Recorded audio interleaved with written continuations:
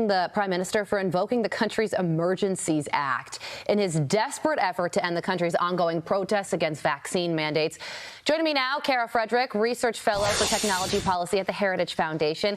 And Kara, I think that a lot of people in the U.S. are looking at what's going on in Canada and saying, thank God that will never happen here. How do you feel about this? Well, I think American citizens should be wary of that sentiment because there's a couple things happening here. And first and foremost, the scariest one, the one that should actually send a chill up American spines, is the fact that Canada is normalizing the targeting of mainstream citizens for their viewpoints with counterterrorism tools. They're calling them extremists because they have a certain thought pattern.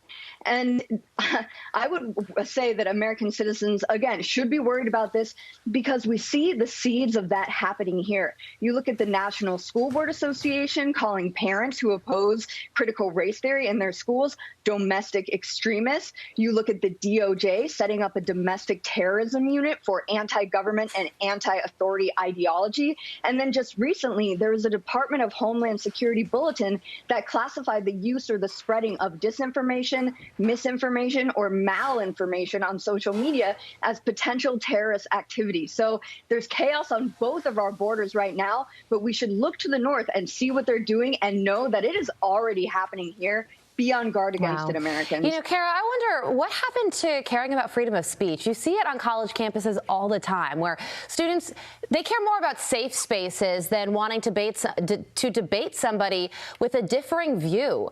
What happens to our country long term because of this?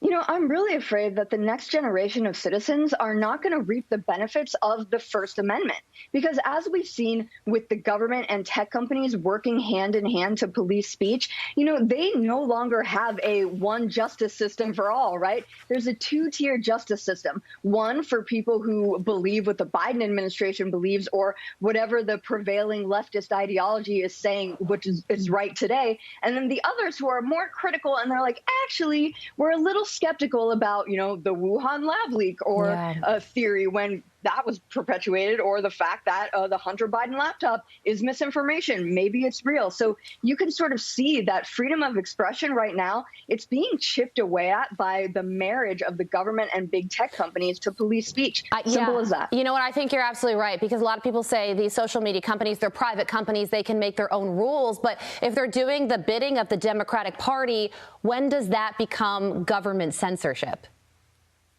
Precisely. And you had Jen Psaki in July get up at the White House podium and say, we're working with Facebook to purge 12 disinformation accounts. Within a month, those accounts were off Facebook. Very good point.